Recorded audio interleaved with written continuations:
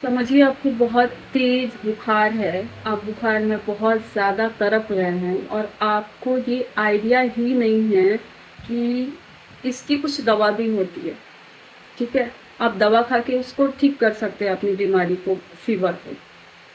तो वैसे ही सेम हमारे रिलेशनशिप के साथ होता है, ठीक है? हम एक बहुत टॉक्सिक रिलेशनशिप में जा रहे होते हैं और देन फिर ऐसा रियलाइज होता है कि यार हम हमारे साथ ही बुरा क्यों हो रहा है, हम इतने अच्छे हैं और हमें ही क्यों बुरे लोग मिल जा रहे हैं।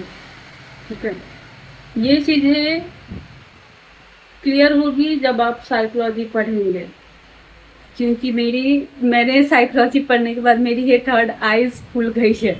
ठीक है, साइकोलॉजी में सबसे पहले चाइल्डहुड ट्रॉमा या फिर चाइल्डहुड पैटर्न्स के बारे में, आपके साथ बचपन में क्या चीज़ें हुई है, कैसा इन्वॉल्वमेंट रहा है आपका बचपन का, वो चीज़ें पढ़ने के बाद बहुत सारी चीज़ें क्लियर हो जाती है। ठीक है, क्योंकि उसके बाद समझ में आता है कि आपका अटैचमेंट पैटर्न क्या है। बहुत सारे अटैचमेंट पैटर्न होते हैं, एंशियस होता है, अवॉइडेंट होता है, नार्सिसिस्टिक होता है, बहुत सारे अटैचमेंट पैटर्न होते हैं।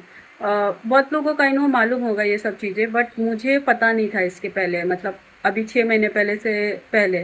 और मुझे ऐसा लगता था कि मैं सेम टॉक्सिक, और फिर एक टाइम आया कि मुझे ऐसा लगा कि नहीं भाई, मेरे लिए रिलेशनशिप बना ही नहीं है। तो लेकिन जब मैंने साइकोलॉजी पढ़ा तब मुझे पता चला कि अच्छा, मेरा एंशियस अटैचमेंट पैटर्न है। आप जब साइकोलॉजी पढ़ेंगे तो आप अपने बारे में आपको मास्टरी होगी, आपको बहुत सारी चीज़ें क्लियर हो जाएगी, लोगों का बिहेवियर, बहुत सारी चीज़ें समझ में आती है। तो बेसिक जो साइकोलॉजी है, अटैचमेंट पैटर्न है, ट्रॉमा हो गया,